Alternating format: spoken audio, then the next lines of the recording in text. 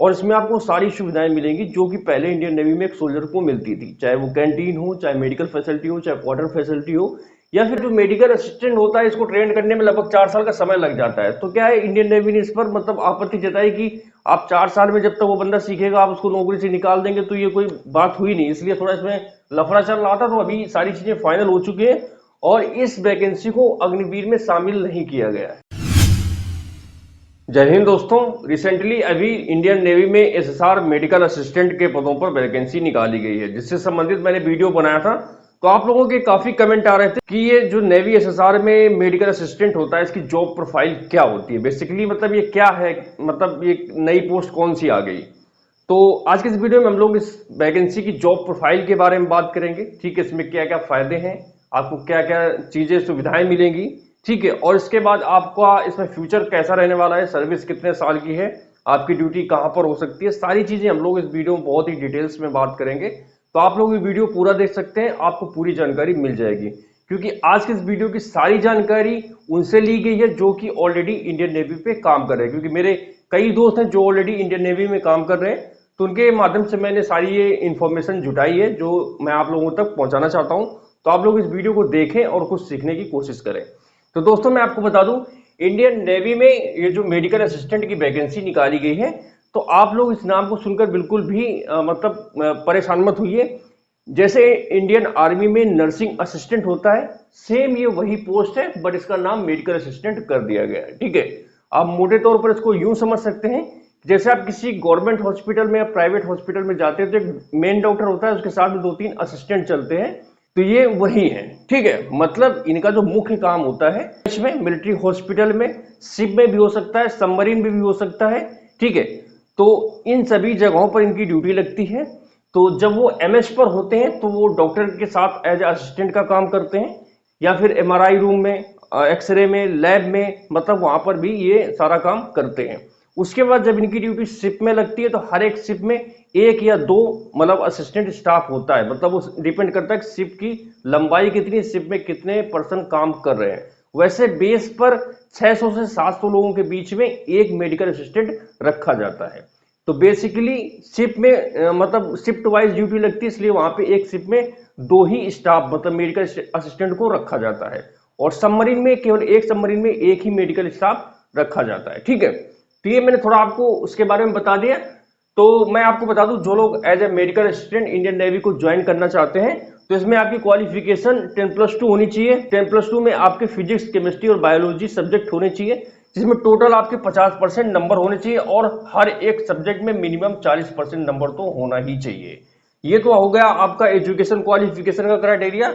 और इसमें सिलेक्शन के बाद आपको जो सैलरी मिलेगी, मतलब इसमें पहले आपको ट्रेनिंग में 14-15 हजार कुछ मिलती है। जैसे ही आप ट्रेनिंग कंप्लीट करेंगे तो आपको लेवल 3 की सैलरी मतलब 21,700 से लेके 69,100 रुपए ये बेसिक आपकी सैलरी रहेगी।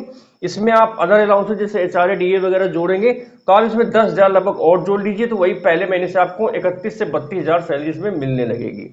ठीक है, अब मैं आपको बता देता हूं कि ये वैकेंसी अभी लगभग 2 से 2.5 साल के बाद निकाली जा रही। पहले वैकेंसी रेगुलर बेस पर आती थी, मगर जब से अग्निवीर की स्कीम लॉन्च की गई थी तो अग्निवीर की जो स्कीम है वो मतलब 4 साल के लिए होती है।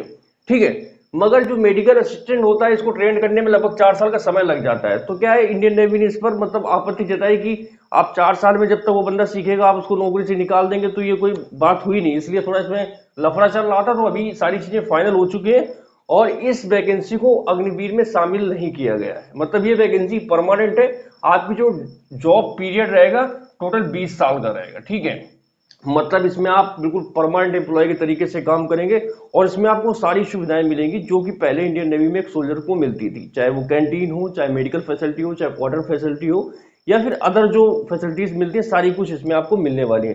तो अग्निवीर दूसरी है और ये परमानेंट वैकेंसी। ठीक है, अब मैं आपको बता देता हूं, जो इसमें आपका सर्विस पीरियड 20 साल का होता है, मगर आपको टोटल 20 साल के करियर में जो आपकी जॉब होती है 2 से 3 साल शिप में या फिर सबमरीन में ही बीतती है। मगर जब आप शिप में या सबमरीन में जाएंगे तो वहां पर आपको अदर अलाउंसेस भी मिलेंगे। मतलब जब बेस में रहेंगे तो आपको जो सैलरी है वो मिलेगा, बट अगर आपकी ड्यूटी सबमरीन में लगती है तो आपको अधिक अलाउंस मिलेगा। शिप में जाते हैं तो जो शिप का अलाउंस होता है वो भी मिलेगा आपको। ठीक है, और या परमानेंट वैकेंसी मैंने आपको पहले ही बता दिया था, इसमें आपको सारे बेनिफिट्स मिलेंगे, इसमें आपको कैंटीन कार्ड मिलेगा, मेडिकल फैसिलिटी मिलेगी, क्वार्टर की सुविधा मिलेगी, ठीक है, ऑल अलाउंसेस आपको मिलने वाले हैं, एनपीएस भी इसमें आपको मिलेगा, और जब आप रिटायर होकर घर जाएंगे तो आपको एक सर्विसमैन का कोटा भी दिया जाएगा। इसके अलावा आपको रिस्क एंड हार्डशिप अलाउंस भी मिलेगा। रिस्क एंड हार्डशिप अलाउंस को मतलब ऐसे समझ सकते हैं कि जैसे कि आपकी ड्यूटी सबमरीन में लग जाती है, क्योंकि सबमरीन हमेशा पानी के अंदर ही रहती है, इसमें थोड़ा जान जोखिम ज्यादा रहता है, जिसमें आपको हार्डशिप अलाउंस ज्यादा मिलता है। या फिर कोई सेना का युद्धाभ्यास होता है, मतलब कोई युद्धाभ्यास किसी कंट्री के साथ रखा जाता है, वहां पर कोई कैजुअलिटी हो जाती है, मतलब कोई सोल्जर सैनिक मतलब घायल हो जाता है, तो उसको वहां पे प्राइमरी ट्रीटमेंट देना और उसको इलाज के लिए ले जाना, डॉक्टर से कांटेक्ट करना, ये सारा काम करना होता है। और अगर कहीं वॉर मतलब युद्ध हो गया रियल का, तो वहां पर भी मेडिकल असिस्टेंट की बहुत अच्छी भूमिका होती है, बहुत ही महत्वपूर्ण भूमिका होती है। तो वहां पर ये लोग बहुत वॉलंटियर के तौर पर काम करते हैं, है ना। तो ये इनकी सारी जॉब प्रोफाइल वगैरह होती है।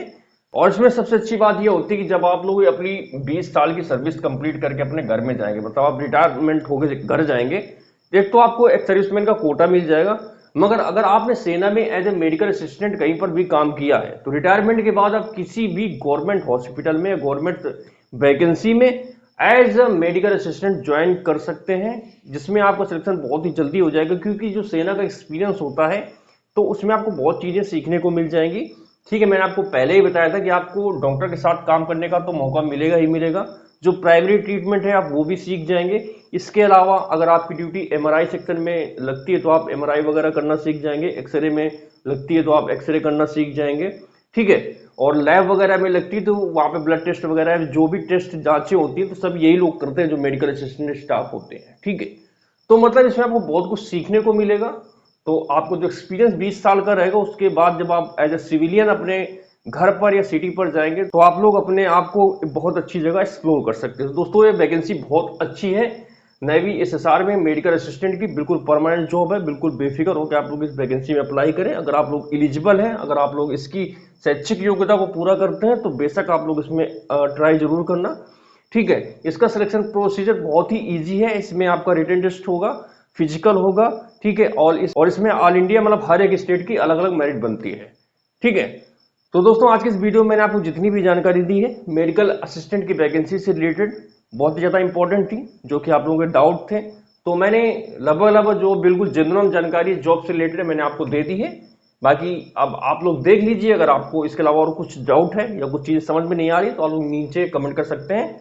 बाकी अगर आप लोगों को मेरे द्वारा दी गई जानकारी अच्छी लगी हो तो आप लोग इस वीडियो को लाइक कर सकते हैं और चैनल को सब्सक्राइब कर सकते हैं। दोस्तों इसी जानकारी से खत्म करते हैं आज की इस वीडियो को, और जल्दी मिलेंगे एक नए वीडियो में एक नई जानकारी के साथ। तब तक के लिए जय हिंद, वंदे मातरम।